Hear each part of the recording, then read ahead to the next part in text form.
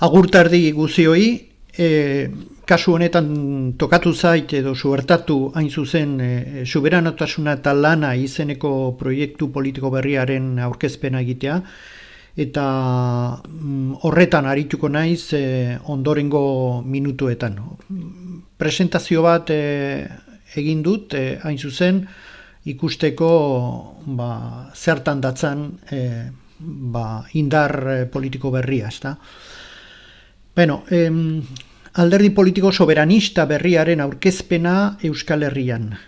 Santutxun, 2025ko abuztuaren 18an eginikoa, gaztelaniaz eta hizkuntza nafarra erabiliz, hain zuzen, bi hizkuntzak, 20 diapositiba.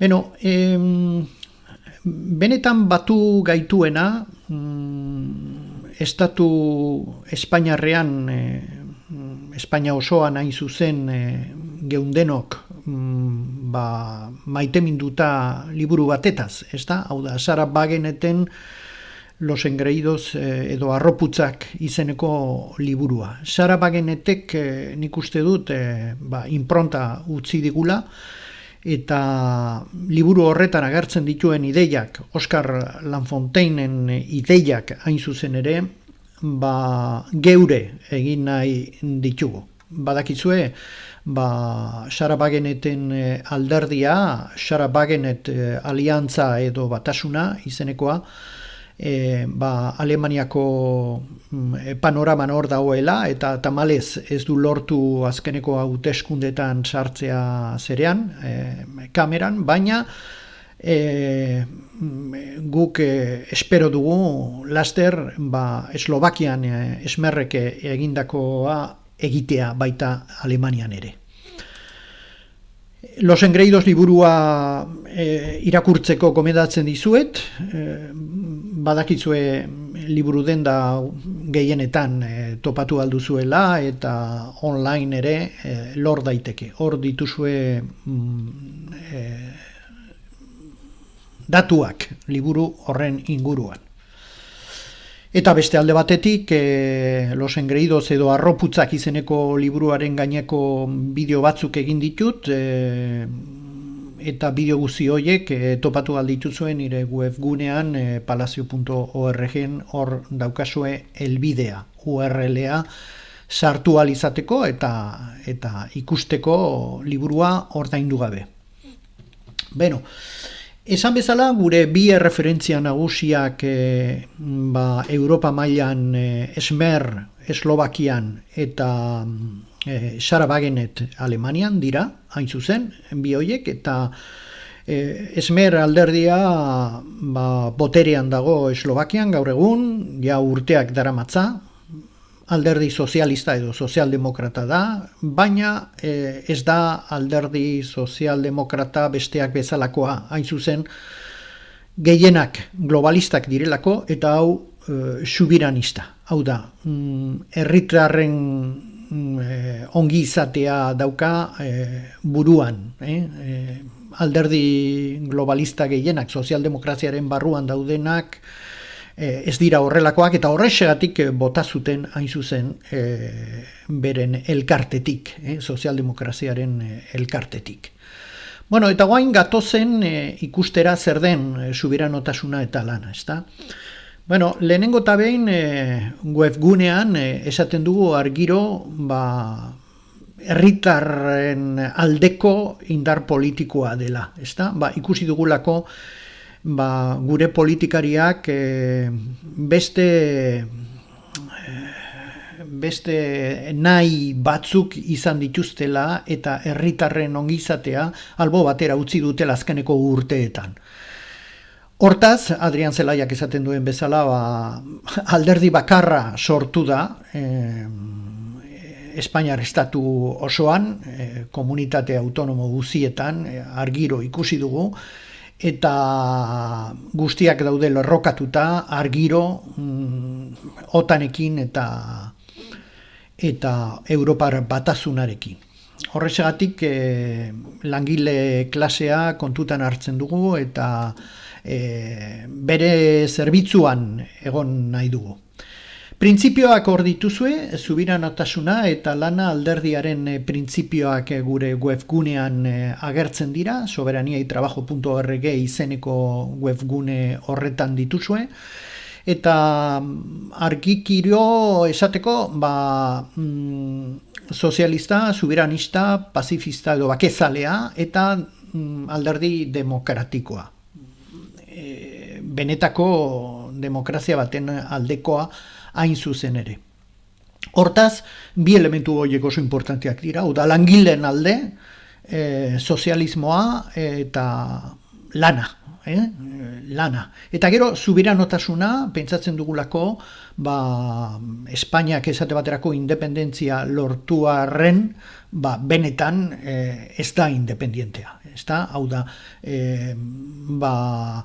zelan baita esateko, bere konpromisoa ez da herritarrekin, ez da? Eta gure maitasuna herritarrengan ipintzen dugu.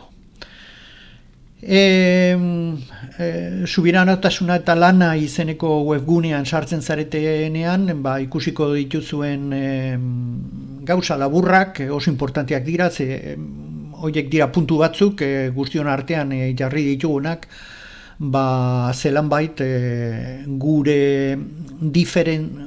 diferentziatzeko, ez da, besteengandik.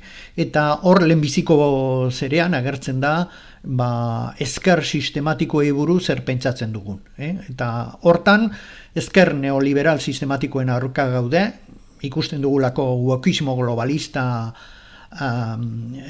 sustatzen dutela, eta guk ez dugu maite, inolaz ere ez, horrexegatik hori da, segurazki lehenbiziko diferentzia handiena panorama politikoan momentu honetan Espainian eta Euskal Herrian ez dagoena, biztan da.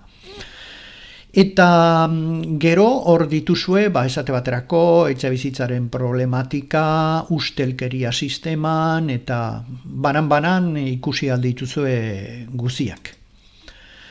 Beste alde batetik, oso importantea da, gerra imperialisten aurkako alderdia dela. Hau da, guk ez ditugu maite gerra imperialistak, eta horrexegatik, baina ez bakarrik hitzez, ekintzak ere eskatzen ditugu.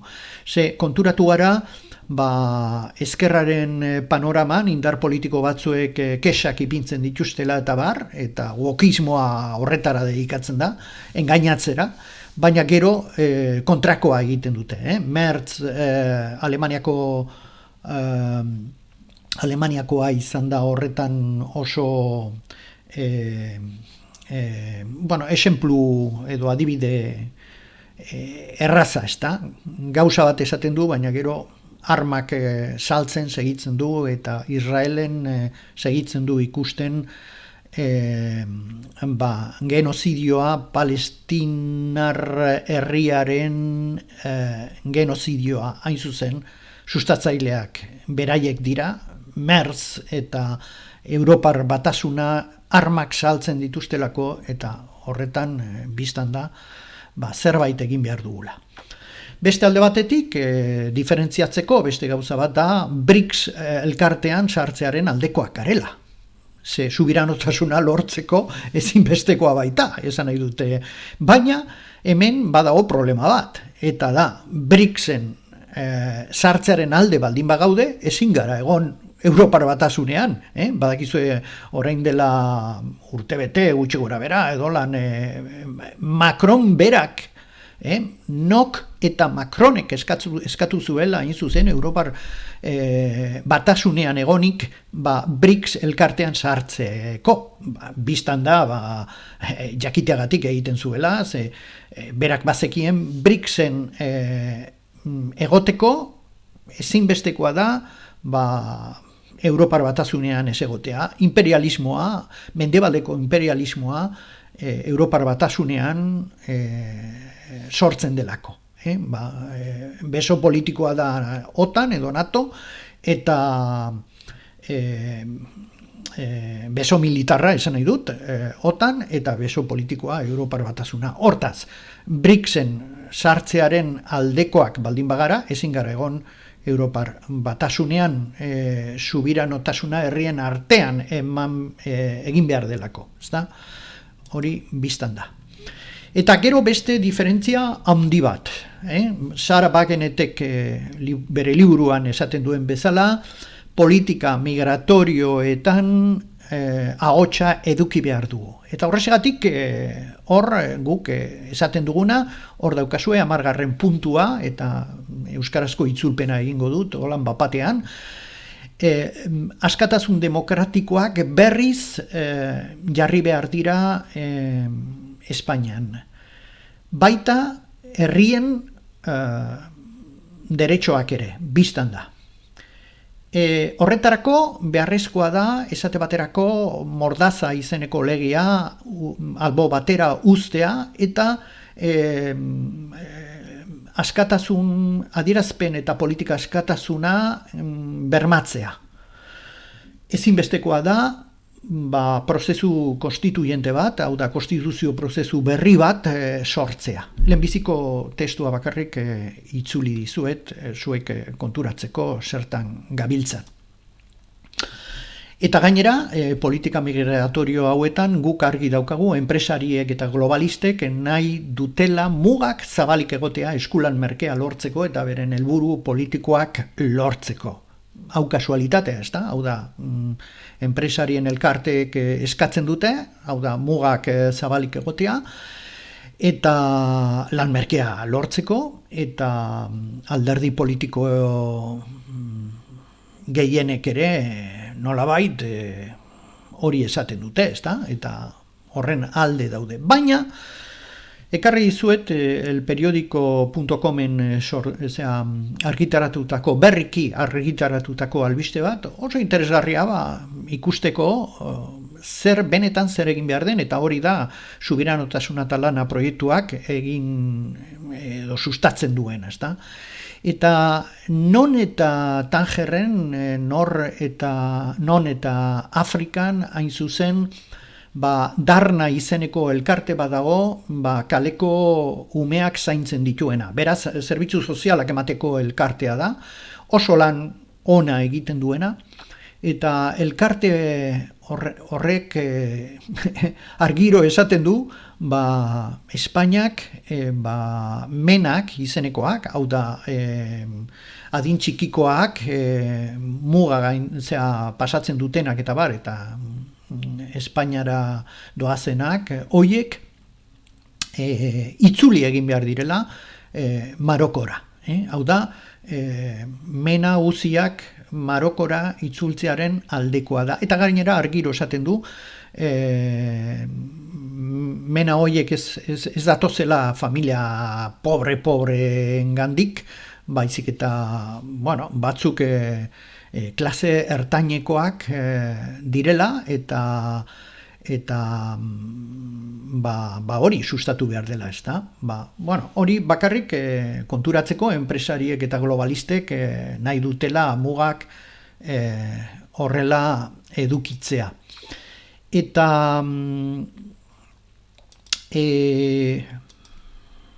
nik ekarri dizuet, gainera albiste hori hor daukazue, osorik, norbaitek kontsultatu nahi badu hor dago, elperiodikon, eta esan dezagun, aspaldi honetan Malitik hainbat jende etorri da, eta horregatik ipini dizuet hor, Marokotik heltzen diren mena deiturikoek eta Malitik heltzen diren soldado frantsesatuak, Europar Batasuna dute helburu. Bistan da, Mali orain herri soberanista dela, eta gobernu horren aldeko sutsuak izan behar garela, eta jakina, hortik bota dituzte nolabait soldado frantsesatuak.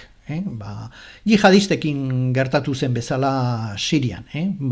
Alemaniak orain problemak ditu, hain zuzen, jihadisten alde egon delako, esan nahi dut, jihadistak erabili dituelako, Sirian eta beste toki batzuetan, hain zuzen, beren helburu politikoak finkatzeko. Eta bukatzeko YouTubeko zenbait kanal globalisten aurkako herritarrentzat interesgarriak izan daitezkenak. Gero eta gehiago direla esan behar dugu, bistan da, nik ona batzuk ekarriko ditut. Bueno, batez ere, agian garrantzitsuenen artean, Ekai Center, Adrian Zelaiaren kanalean asko ikasiko duzue, hain zuzen globalismoari buruz eta zer egin behar dugun horren kontra. Nola ez, Carlos Martínez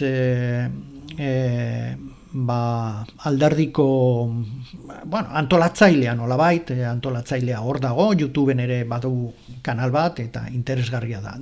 Demoliendo mitos de la política, DMP izeneko kanala ere oso importantea da, Miguel Ruiz, eta hainbat daude gure alderdian agian batzuk ez daudenak, baina hurbil daudenak edo behintzat esaten dituzten gauza gehienak, noski, interesgarriak eta hoiekin bat egiten dugu, ezta? Bueno, hor daukazue esate baterako, Carlos Martínez Garziaren kanala, politologoa da, dakizuen bezala, masterra egin zuen Euskal Herriko Unibertsitatean eta asko daki hirigintzaz, Andaluziako Alderdi Federal Sozialistaren sortzailea, Oscar Lafontainen joera ideologikoaren jarraitzailea beste batzuk bezala, eta YouTubeen, hor daukazue, youtube.com/abildua Carlos Martínez Blay bat ipintzen duzue eta bere kanalera sartuko zarete. Nola ez,